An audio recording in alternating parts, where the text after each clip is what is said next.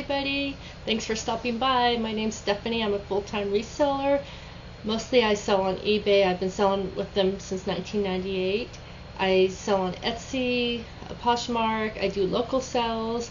But I thought I'd share some of the things, what I would call weird things, strange things, interesting things that I've sold in the past 4 days that help bring in money. This is my office. And yes, there's inventory. Any person who's a reseller is going to have piles of stuff, and that's what I'm working on. I haven't been to a yard sale or thrift store or any of my favorite stores probably in about 3 weeks, just because I'm trying to get caught up and focus on listing. I love to buy stuff. That's the funnest part of being a reseller, is just buying and looking for that deal, knowing oh, look at that. You wouldn't pass up $50 on the side of the road. I'm like, oh, that's $1. I can make $50. But it gets to a point where you start becoming a hoarder. You've got to start focusing and listing on all the things you bought, and it gets overwhelming because I have bought a lot of stuff. So I have about 4 bins about this big that I'm gonna focus on. I did this past week. I did 2 bins. I listed 2 bins full of things, but every day I list at least 20 things. I'll try to list at least 20 things. But it doesn't look like there's a dent in my room, but there is. This is on this side, it's packing supplies and things, but this is the only room I have to store my things. Downstairs I have a huge, what do you call it? I guess in Utah they would call it a food storage closet. It's a really long closet with shelves.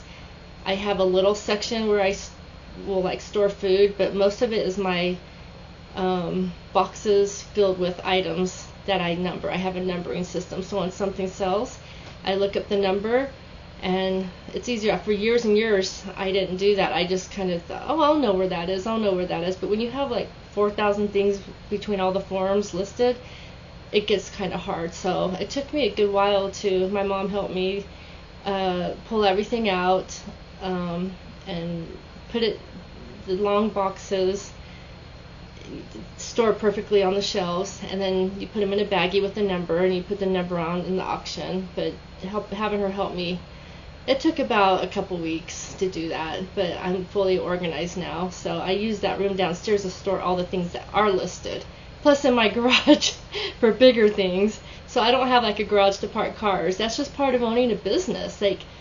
When you're a reseller and you don't own a store or I don't know, and I don't rent a storage space. I used to a long time ago, but you just have to use your home for storage space. Pretty much this room is the only cluttered room, and the one downstairs where I store everything. But it's organized clutter. I call this organized clutter because these things are going to bring me money. But I just thought I'd share that with you. So I haven't really been going to yard sales, but some of the fun things that I've sold in the past week. So this Victoria's Secret Bombshell perfume. This isn't weird, but I got this at I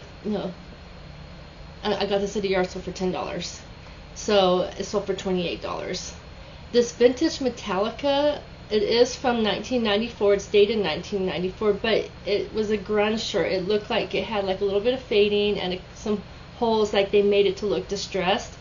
And I did try to sell it for $100 because on eBay people were getting $150 to $200, but those shirts are in really good condition. I only paid 50 cents for this shirt. I saw it on a table at an estate sale, and I'm like, I've got to grab this. But someone offered me 50, and I'm like, you know what? I haven't really had people liking it or interest on Poshmark, so I only paid 50 cents. I'm gonna just sell it for 50. So I wish I would have got more because it's hard to find older band shirts from the 80s and 90s, but I did make a good profit from it. I got these Hello Kitty and Friends jeans by Choco Cat. They're mom jeans. I paid $5. I bought 5 pairs of jeans similar to this that had characters on them in a yard sale. I did pay $5, but when I looked them up, people were getting 40 to 50. Some when you have a lot of people on Poshmark liking things, and you give offers if no one buys it. If someone's going to offer you $26, I'm like, yeah, I'll sell it to you for $26, and I only paid $5. So Sometimes I don't make as much as I want, but I want to move items. I need to move items, even if it's still a good profit. But these vintage jeans, they're vintage Guess jeans with the little side zipper on the ankles. I had some back in the 80s. I sold for $32. Now, at a yard sale, this guy had all vintage clothes, and they were, for a yard sale, I feel like higher price, but I knew I could get pretty good money for it. So they were $7. He was just doing $7 for these jeans. So I sold them for $32, and I'm willing to pay more money for something if I know they're gonna make me something.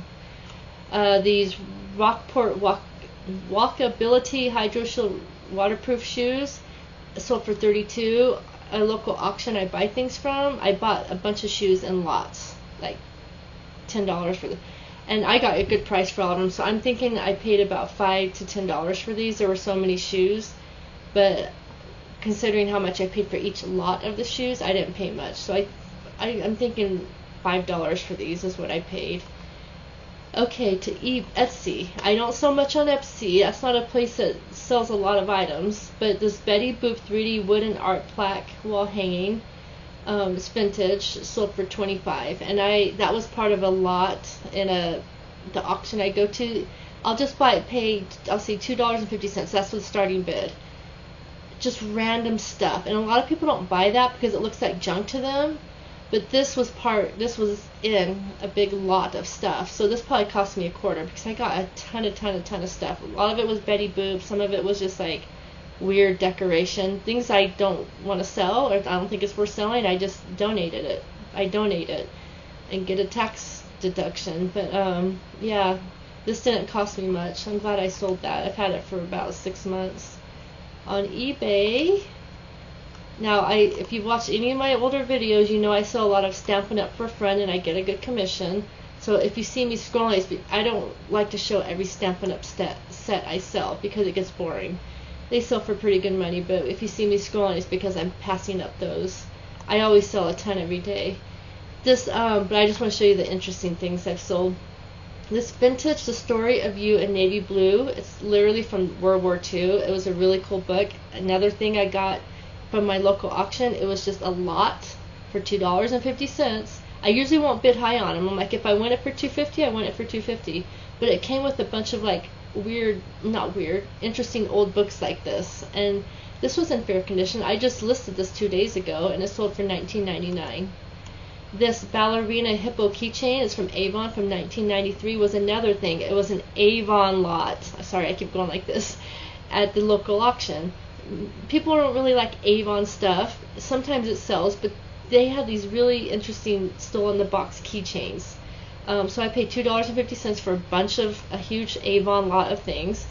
And this sold for $12. I did probably 50 cents for that I paid.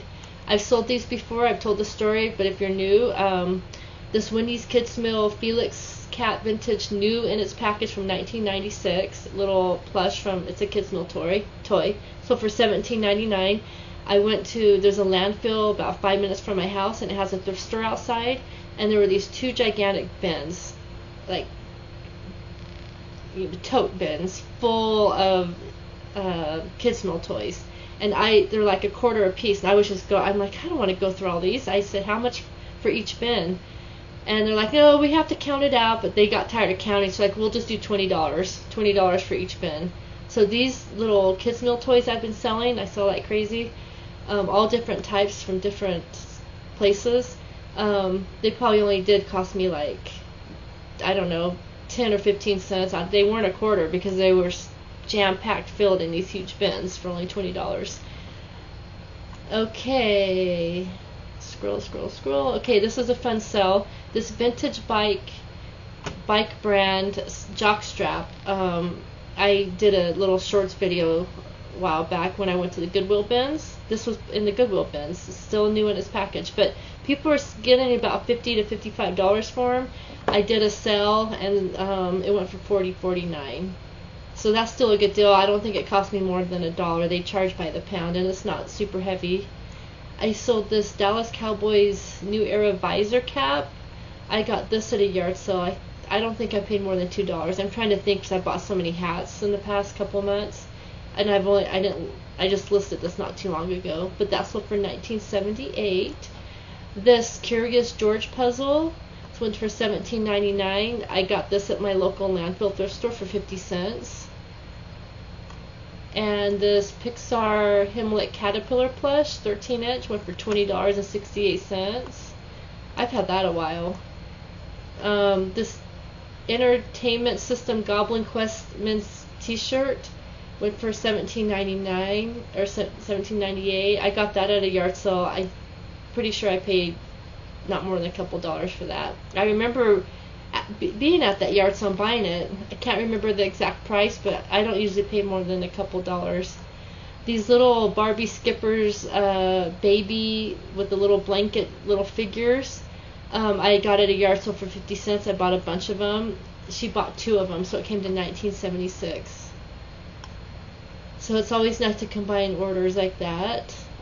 This Sasquatch sweater I got at a yard sale for a couple of dollars, went for $19.78. And this Buc-ee's, if you ever been to the Buc-ee's big gigantic store, it's like a gas station store. I know I went to one in Texas and it was really cool, but this one went for $19.78. I got that at the Goodwill bins. So that's pretty much the interesting things.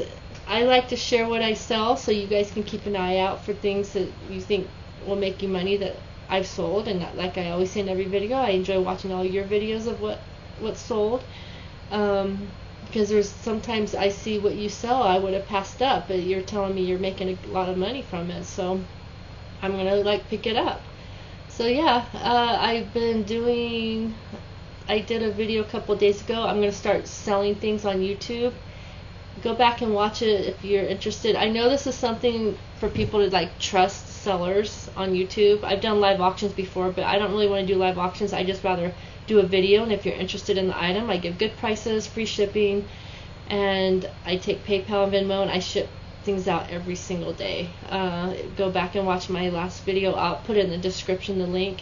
If you see anything you like, you email me or make a comment, and yeah, you can buy it from me. But I like to sell things on YouTube because you're not having to pay fees. You're not having to like with eBay, you have to pay taxes. I know we pay so much in taxes. We've always been self-employed, my husband and I, and we might as well live in Norway with their 40, because they get free healthcare, free Medicare, not Medicare, free healthcare, free school, but we've always paid 30-35% in taxes because we're self-employed. So I hate paying, if I don't have to pay taxes on small items like this that I pick up at yard sales, then it's good for me. But hopefully the IRS isn't watching. I don't sell too much locally. Actually, I was going to show you a couple things that I've sold locally, but I'll just pass that. The video's already getting too long. But lately, this past week, and it's more big things, breakable things I don't like shipping. I've had a lot of people buying things this past couple weeks. They do door pickups. I've never had a problem with someone not paying me or Venmoing me. I just rather do it that way, so I'm not having to sit around and wait for their text message to meet them somewhere. So yeah, people do door pickups here in Utah, and they just Venmo me or put money underneath my doormat. In fact, yesterday, cool story, I had this box of vintage old blocks. I'm like, you know what, I'm just going to sell these for $5. I forgot. I found them in my garage, and sorry, phone ring. I found them in my garage, and I'm like, these are old vintage, $5. Well, he called me. He's driving half an hour away. He goes, do you have any other kids' toys you can throw in? And I didn't understand what he was trying to say. He goes, and it sounded like an older guy. He goes, I have this little boy down the street that has he's slow in learning and has autism, and I become friends with this mom, and I'm just trying to help her have toys for him to help him learn. So I just said, you can have these toys. I added some, because I pick up toys all the time for my granddaughter, but they don't want her having too many toys, so I just I'll just keep them here.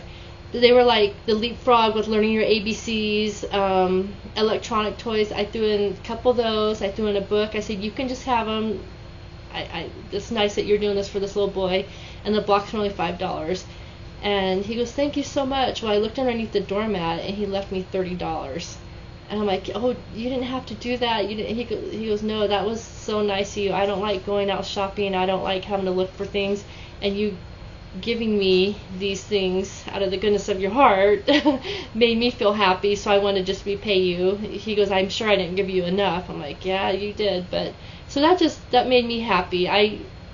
You go out of your way to do nice things for people, and people usually go out of the way and do nice things back. I wasn't expecting anything back, but that's how we need to live our lives, is always do a good deed daily. I think try to help others, but I just thought that was very kind of him to leave extra money. So I hope you guys have a good rest of your weekend. This is my lazy day. I just wear t-shirts and shorts, and my hair is a mess, but I figured, who cares? I'm at the age where I don't care anymore how I look. But have a great rest of your weekend, and thanks for always stopping by and supporting my channel. Bye.